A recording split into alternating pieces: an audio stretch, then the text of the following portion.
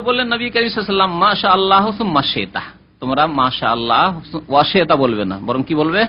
তোমরা বলো মাশাআল্লাহ সুম্মা শিতা, আল্লাহ যা চান তাই হয়, অতঃপর আপনি কিছু চাইলে আমার উপকার হতে পারে। রাওয়াহুন নাসাই, হাদিসটি নাসাইতে রয়েছে, ইমাম নাসাই হাদিসটিকে সহিহ বলেছেন। ওয়ালাহু আইযান, আরো একটি হাদিস রয়েছে নাসাইতে, আন ইবনে আব্বাস রাদিয়াল্লাহু আনহুমা, আব্দুল্লাহ বিন আব্বাস রাদিয়াল্লাহু তাআলা আনহুমা থেকে, আন্না রাজুলান কালা, একজন লোক এসে বললেন নবী করিম সাল্লাল্লাহু আলাইহি ওয়াসাল্লামকে, মাশাআল্লাহ ওয়া শিতা, নবীকে, নবীর মতো সৃষ্টি আল্লাহ পৃথিবীতে কাউকে সৃষ্টি না করেছেন না করবেন, সৃষ্টির সেরা ব্যক্তি রাসূলুল্লাহ সাল্লাল্লাহু আলাইহি ওয়াসাল্লাম। সুতরাং তিনি সম্মান প্রদর্শন করতে গিয়ে এক লোক এসে বলে মাশাআল্লাহ ওয়া শিতা, আল্লাহ এবং রাসূল যা চান, আল্লাহ এবং আপনি যা চান তাই হবে। কিন্তু আল্লাহর চাওয়ার সাথে নবীর চাওয়ার যে কোনো ক্ষমতা কাজ করতে পারে না পৃথিবীতে, এটি হচ্ছে ইসলামিক আকীদা। তাই ফাকালা, নবী সাল্লাল্লাহু আলাইহি ওয়াসাল্লাম বললেন, আজআলতানি লিল্লাহি নিদ্দান, আমাকে আল্লাহর তুমি পার্টনার বানিয়ে দিলে। নিদ, গত সপ্তাহে নিদ আর আন্দাদ সম্পর্কে আলোচনা করেছি, বলিনি? ফালা তাজআলু লিল্লাহি আন্দাদার আয়াতে তাফসিরে, আজআলতানি লিল্লাহি নিদ্দান, আমাকে আল্লাহর সমকক্ষ, সমতুল্য শরীক বানিয়ে দিলে। নিদ শরীক, অংশীদার বানিয়ে দিলে। বাল মাশাআল্লাহু ওয়াহদাহ, এই যে সঠিক আকীদা এবং পূর্ণাঙ্গ তাওহীদ হচ্ছে কি, বাল মাশাআল্লাহু ওয়াহদাহ, বরং একা আল্লাহ যা চান তাই হয়, একমাত্র আল্লাহ যা চান তাই হয়। মাশাআল্লাহু ওয়াহদাহ মানে একমাত্র আল্লাহ যা চান তাই হয়, শুধু আল্লাহ যা চান তাই হয়, মানুষের চাওয়াই কিছুই হয় না। বলে ইবনে মাজাহ আনি তুফাইল আখি আয়েশা তালে উম্মিহা, আরেকটি হাদিস ইবনে মাজাহ রয়েছে, তুফাইল নামক সাহাবী বর্ণনা করেছেন, আখি আয়েশা লে উম্মিহা, যিনি আয়েশা রাদিয়াল্লাহু তাআলা আনহার বৈপিত্রীয় ভাই, মা শরীক ভাই। আরবিতে বলা হয় আখলে মানে মা শরীক ভাই, মায়ের শরীক। মায়ের শরীক মানে কি? তাহলে বাপের শরীক নাই, তাহলে একে বাংলা কি বলা হবে? বই। মায়ের শরীক, কিন্তু বাপের শরীক নেই, বাপ দুটো, তাহলে একে কি বলা হবে? বই পিত্রীয়। বাপ দুটো, তাহলে বই পিত্রীয় হলো। বুঝতে পারছেন? আচ্ছা, আর যেটাকে সৎ ভাই বলি সেটা হচ্ছে বাপ শরীক না মা শরীক? যেটা সৎ ভাই, সৎ ভাই বাপ এক হয় না বাপ দুই হয়? বাপ এক হয়, মা দুটো হয়, সৎ ভাই। আব্বা দুটো বিয়ে করেছেন, আচ্ছা, অন্য মায়ের থেকে ছেলে মেয়ে হয়েছে, ওরা কি আপনার সৎ ভাই। তাহলে বাপ এক না বাপ দুই? বাপ এক। তাহলে একে বলা হবে কি? বই। সৎ ভাইকে কি বলে? বই। বই মাতৃয়, এটা হলে বই মাতৃয়। ওখানে মা দুটো, তাহলে বই মাতৃয়। বাংলাও তাফসীর যদি করতে হয় তত মুশকিল। বই পিতৃয় আর বই মাতৃয়। তাহলে মা শরীক ভাই ছিলেন তুফাইল রাদিয়াল্লাহু তাআলা আনহু কার? আয়েশা রাদিয়াল্লাহু তাআলা, নবী সাল্লাল্লাহু আলাইহি ওয়াসাল্লামের মুহতারাম উম্মুল মুমিনিন আবু বকরের মেয়ে। তাহলে আবু বকরের মা শরীক ভাই যদি হয়, তাহলে এই তোফাইলের বাবা আবু বকর নাই। তোফাইলের মায়ের এর পূর্বে কোন জায়গায় বিয়ে হয়েছিল, মারা গেছে অথবা ছেড়ে দিয়েছে বা কুফর অবস্থা থেকে গেছে, তখন সে মুসলমান হয়ে আবু বকর রাদিয়াল্লাহু তাআলা আনহুর সাথে বিয়ে হয়েছে, তাই না? মা শরীক ভাই, তারপর তাহলে মায়ের শরীক। আয়েশা রাদিয়াল্লাহু তাআলা যেই মায়ের পেট থেকে, সেই মায়ের পেট থেকেই এই তোফাইল। বুঝতে পারছেন এবার? কিন্তু বাবা আলাদা আলাদা। অর্থাৎ আবার বলি, তোফাইলের বাবা কি আবু বকর? আবু বকর নাই, কিন্তু আয়েশার মা আর তোফাইলের মা হচ্ছে বই পিতৃয়। আখি আয়েশা, আয়েশার ভাই লে উম্মেহা মানে মা শরীক, অর্থাৎ বই পিতৃয়। কাল, তিনি বললেন, মানে তোফাইল বর্ণনা করেছেন, রাআইতু কাআন্নী আতাইতু আলা নাফারিম মিনাল ইয়াহুদ। তিনি একদিন স্বপ্ন দেখলেন, স্বপ্নে দেখছেন এই কসমের কথা, আতাইতু কাআন্নী আতাইতু আলা নাফারিম মিনাল ইয়াহুদ, ইহুদিদের একটি দলের, নাফার মানে একটি কোন দল, অল্প, যেটি 10-এর নিচে হয়, 3 থেকে 10 পর্যন্ত যদি থাকে একে নাফার বলা হয়। একজনকে নাফার বলা হয় না, দুজনকে বলা হয় না, কমের পক্ষে 3 জন, আর বেশি খুব সর্বর্ধে 9 জন 10 জন, এরকম হলে নাফার বলা হয়। তো কয়েকজন ইহুদি বসে ছিল সেখানে, আমি আসলাম, আবার স্বপ্নে, বাস্তবে নাই কিন্তু। কুলতু, আমি বললাম, ইন্নাকুম লাআনতুমুল কওম, আর আমি স্বপ্নে তাদেরকে বললাম, তোমরা কিন্তু শ্রেষ্ঠ জাতি, তোমরা ইহুদিরা শ্রেষ্ঠ জাতি। তবে তবে কিন্তু আছে, কি আছে কিন্তু? লাউলা আন্নাকুম তাকুলুনা উযাইর ইবনুল্লাহ, তোমরা যদি না বলতে যে ওযাইর আল্লাহর পুত্র। আল্লাহ কোরআনে বলেছেন, ওয়াকালাতিল ইয়াহুদু উযাইর ইবনুল্লাহ। ইহুদিদের বিভ্রান্তি করতে, গুমরাহি করতে শুরু হলো, বললো যে ওযাইর আল্লাহর পুত্র, মানুষকে আল্লাহর পুত্র বানিয়ে দিল। তখনই তারা কুফরিতে পড়লো, লাকাদ কাফারাল্লাযিনা ক্বালু, এরা কাফের। তার আগ পর্যন্ত ইহুদিরা, ইসলাম আসার পূর্বে, তারা সঠিক দিনের উপর ছিল, আল্লাহর পুত্র সাব্যস্ত করেনি, আল্লাহর অংশীদার সাব্যস্ত করেনি, তারা শিরক করেনি, কাফের হয়নি।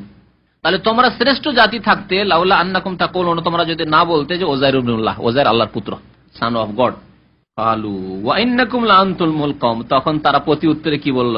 ইহুদিরা স্বপ্নে, ইহুদিরা প্রতি উত্তরে বলছে ওয়া ইন্নাকুম লাআনতুমুল কওম, তোমরাও কিন্তু শ্রেষ্ঠ জাতি মুসলিমরা, যদি লাউলা আন্নাকুম তাকুলুন, তোমরা যদি না বলতে মাশাআল্লাহ ওয়া শাআ মুহাম্মদ, আল্লাহ এবং মুহাম্মদ যা চান সাল্লাল্লাহু আলাইহি ওয়াসাল্লাম।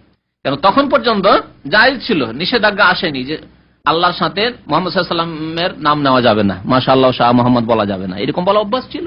সুম্মা মারাতু বিনাফারিম, তাহলে উত্তর তারা দিয়ে দিল। তাহলে বোঝা গেল এর দ্বারা যে মুশরিকও বুঝে যে মুসলিমদের অবস্থান কোথায়, কাফেরও বুঝে যে মুসলিমদের অবস্থান কোথায়। এজন্য কোন কাফেরকে জিজ্ঞেস করেন যে একজন নামাজি লোক আর আরেকজন বেনামাজি মদখোর, দুই মুসলমান, কোন লোকটি সৎ? একটা হিন্দু, একটা ইহুদি, একটা খ্রিস্টানও বলবে, তার অন্তরে সততা থেকে যদি বলে, মিথ্যুক না হয়, তাহলে বলবে নামাজি লোকটি ভালো, যে মদ খানে সেই লোকটি ভালো, বলবে না? হিতাহিত জ্ঞান আছে, বোঝে যে নামাজি লোক এত বড় অপরাধী হইতে পারে না, যত বড় অপরাধী একজন মদখোর হইতে পারে, বেনামাজি হইতে পারে, ঠিক না? এই জন্য আরেকটি কথা এখানে আমার মনে পড়ে গেল, ভারত উপমহাদেশে হিন্দুদেরকে মুসলিম করা গেল না। ভারত, বাংলাদেশ, পাকিস্তানে হিন্দুদেরকে ইসলামের দাওয়াত দিতে গিয়ে তারা ইসলামের দিকে আকৃষ্ট হচ্ছে না।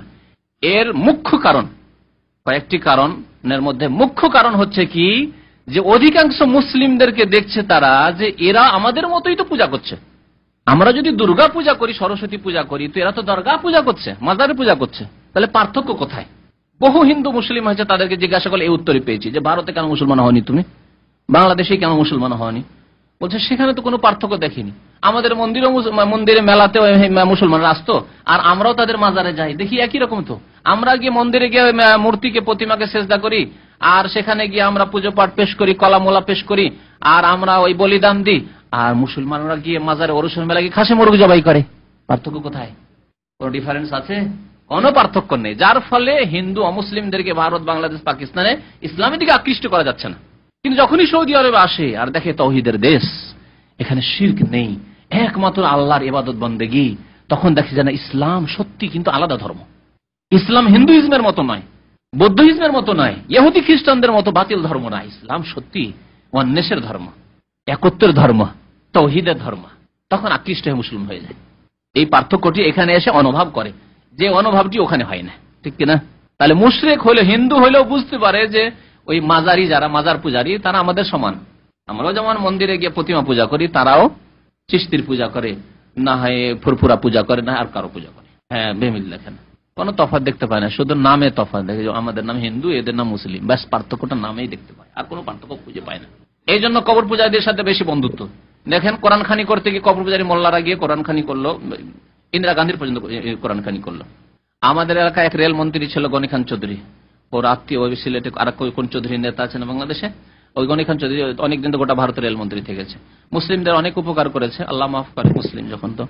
তো সেই লোকটি যখন মারা গেল, তখন প্রচার মাধ্যমে যেসব ভাইরা দেখেছে আমাকে এসে বলেছে যে পাশাপাশি বসে হিন্দুরা রামায়ণ পড়ছে আর মুসলিম মোল্লা কবর পূজারীরা কোরআন খানি করছে। এরা কোরআন খানি করে বক্সাচ্ছে আর হিন্দুরা রামায়ণ মহাভারত পড়ে বক্সাচ্ছে। বুঝতে পারলেন? হ্যাঁ, কারণ ধর্ম একই, ধর্ম একই, কবর পূজারীদের ধর্ম আর হিন্দুদের ধর্ম একই, নামের শুধু পার্থক্য, দুর্গার দরগার পার্থক্য। তো এখানেও কিন্তু ধরে নিতে বলল ইহুদিরা যে আমরা যদি ওজাইর ইবনুল্লাহ বলে অপরাধ করি, আমরা শ্রেষ্ঠ জাতি আর না থাকি, নিকৃষ্ট হয়ে যায়, তো তোমরা তো মাশাআল্লাহ শাহ মোহাম্মদ বলে দিচ্ছ, তো কি পার্থক্য? লা জবাব করে দিল, আর জবাব খুঁজে পেলেন না, সাহাবীও জবাব খুঁজে পেলেন না। স্বপ্ন সুম্মা মারারতু বিনাফারি মিনান নাসারা, কয়েকজন নাসারার কাছ দিয়ে আমি অতিক্রম করলাম। ফাকুলতু, আমি বললাম, ইন্নাকুম লাআনতুমুল কওম, তোমরা কিন্তু শ্রেষ্ঠ জাতি, লাউলা, তবে কিন্তু, আন্নাকুম তাকুন, যদি তোমরা না বলতে আল মাসিহ ইবনুল্লাহ, ঈসা মাসিহ, ঈসা আলাইহিস সালাম আল্লাহর পুত্র, এই কথা যদি না বলতে, এই বলেই তোমরা কাফের হয়ে নিকৃষ্ট হয়েছো, মুশরিক হয়ে গেছো। তাহলে তখন তারা বলল, ওয়া ইন্নাকুম লাআনতুমুল কওম, তোমরাও শ্রেষ্ঠ জাতি হতে, লাউলা আন্নাকুম তাকুন, তোমরা যদি না বলতে মাশাআল্লাহ ওয়া শাহ মুহাম্মদ, তোমরা তো মাশাআল্লাহ শাহ মুহাম্মদ। ফালাম্মা আসবাহতু, তোফাইল বলছেন যে আমি যখন সকাল করলাম, মানে আমার সকাল হলো, আখবারতু বিহা মান আখবারতু, সকালে উঠে বন্ধু বান্ধব আশেপাশে যাকে পেলাম আমার স্বপ্নের কথা বলে ফেললাম।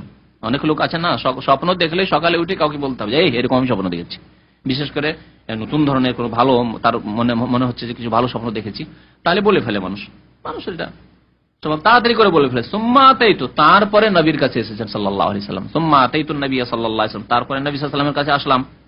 ফাখবার তো, তারপরে তাকে বললাম স্বপ্ন সম্পর্কে যে ইয়া রাসূলুল্লাহ আমি রাতে এরকম স্বপ্ন দেখি, ইহুদিদেরকে দেখলাম, খ্রিস্টানদেরকে দেখলাম, তাদের সাথে এরকম কথা কাটাকাটি হইলো। নবী সাল্লাল্লাহু আলাইহি ওয়াসাল্লাম জিজ্ঞেস করলেন কাল হাল আখবারতা বিহা আহাদান, এই স্বপ্ন সম্পর্কে কাউকে কি বলে দিয়েছো নাকি এর আগে? তাহলে বোঝা গেল স্বপ্নের সম্পর্কে যদি স্বপ্ন বলতে হয় যাকে তাকে বলতে হবে না। নবী সাল্লাল্লাহু আলাইহি ওয়াসাল্লাম কি বলেছেন কারো মনে আছে? স্বপ্ন যদি দেখেন, ভালো দেখেন আর মন্দ দেখেন, বিশেষ করে খারাপ স্বপ্ন দেখলে তো না বলাই উচিত, এবং একটি দোয়া পড়ে বাম দিকে আপনি 3 বার থুথু ফেলেন, ঠিক না? আউযু বিকালিমাতিল্লাহি তাম্মাতি মিন গাযাবিহি ওয়া ইকাবিহি ওয়া শাররি ইবাদি ওয়া মিন হামাযাতি শাইতানি ইয়াহদুরুন পড়েন। যখনই খারাপ স্বপ্ন দেখলেন আর বিব্রত হয়ে উঠলেন, বিচলিত হয়ে উঠলেন, আর 3 থুথু করেন, ইনশাআল্লাহ তারপর আর খারাপ স্বপ্ন দেখবেন না। শয়তানি থাকে অনেক সময় এরকম স্বপ্নে।